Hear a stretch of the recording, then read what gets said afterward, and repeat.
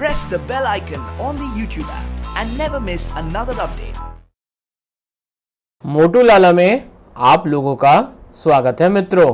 Price tag वाले लाला जी वापस आ गए। तो मित्रों इस वीडियो को मित्रों हमने 3 हिस्सों में बांटा है। मित्रों आज हम बात करेंगे कि आपके जीवन की दशा और दिशा तय करते हैं शनि। जाने किस भाव में देते हैं कौन सा फल। तो चलिए शुरू करते हैं। मित्रों यूं तो ज्योतिष में 9 ग्रह हैं, लेकिन इन सभी ग्रहों के अपने अपने कार्य और अपने अपने ही प्रभाव भी हैं। जहां एक और मंगल देव सेनापति होकर व्यक्ति को पराक्रम कराता है, वहीं सूर्य ग्रहों का राजा होते हुए भी व्यक्ति की आत्मा होकर उसे मान सम्मान की प्राप्ति कराता है। लेकिन क्या आप जानते हैं कि इन्हीं 9 ग्रहों में कुछ ऐसे ग्रह भी हैं जो आपका भला करने पर आ जाएं तो आपको कहां से कहां ले जाते हैं, वहीं यदि बुरा करने पर आ जाएं तो आपका जीवन तक संकट में डाल देते हैं। ऐसे ग्रहों में मुख्य रूप से राहु व शनि का ही नाम आता है। न्याय के देवता होने के कारण जहां अधिकांश लोग शनि को लेकर अत्यंत भयभीत रहते हैं, वहीं शनि देव यदि किसी को आशीर्वाद दे दें तो वह रंक से राजा तक का सफर तय आसानी से कर लेता है। शनि के संबंध में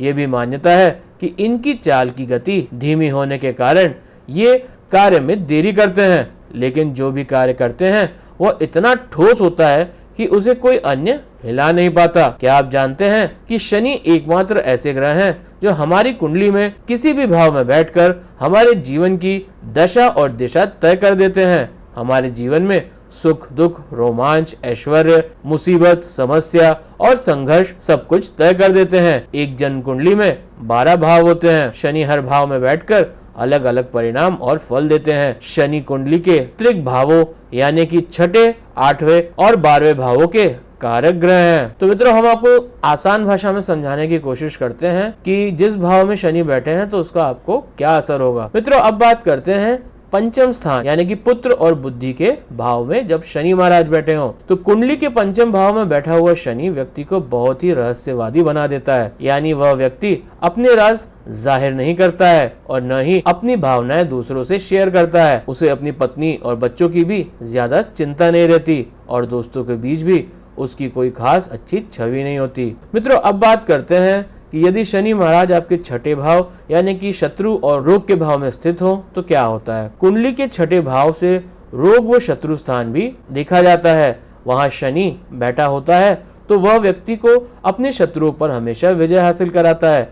वह बहादुर होता है और यदि साथ में केतु भी बैठा हो तो व्यक्ति धनी भी होता है। लेकिन अगर 6ठे भाव में बैठा शनि वक्री अवस्था में हो या निर्बल हो तो आलसी और रोगी भी बना देता है, सिर पर कर्जा भी चढ़ा देता है। मित्रों अब बात करते हैं यदि शनि 7वें यानी विवाह के भाव में बैठा हो तो वो किस तरीके से असर दिखाएगा। अगर कुंडली के 7वें भाव में शनि बैठा हो तो वह व्यक्ति व्यापार में काफी सफल रहता है, खासकर मशीनरी और लोहे के काम में उसे काफी फलता भी है। 7वां भाग्य दाम्पत्य का भी कहलाता है और अगर वह व्यक्ति अपनी पत्नी से अच्छे संबंध नहीं रखता तो शनि नीच और हानिकारक भी हो जाता है और व्यक्ति को अपने प्रोफेशन में कई परेशानियों का सामना करना पड़ता है। मित्रों अब बात करते हैं यदि शनि आपके 8वें भाव यानी कि आयु भाव में स्थित हो तो कैसा असर दिखाता है। यदि कुंडली के 8म भाव में यानी आयु स्थान में शनि बैठा हो तो वह व्यक्ति की आयु लंबी करता है,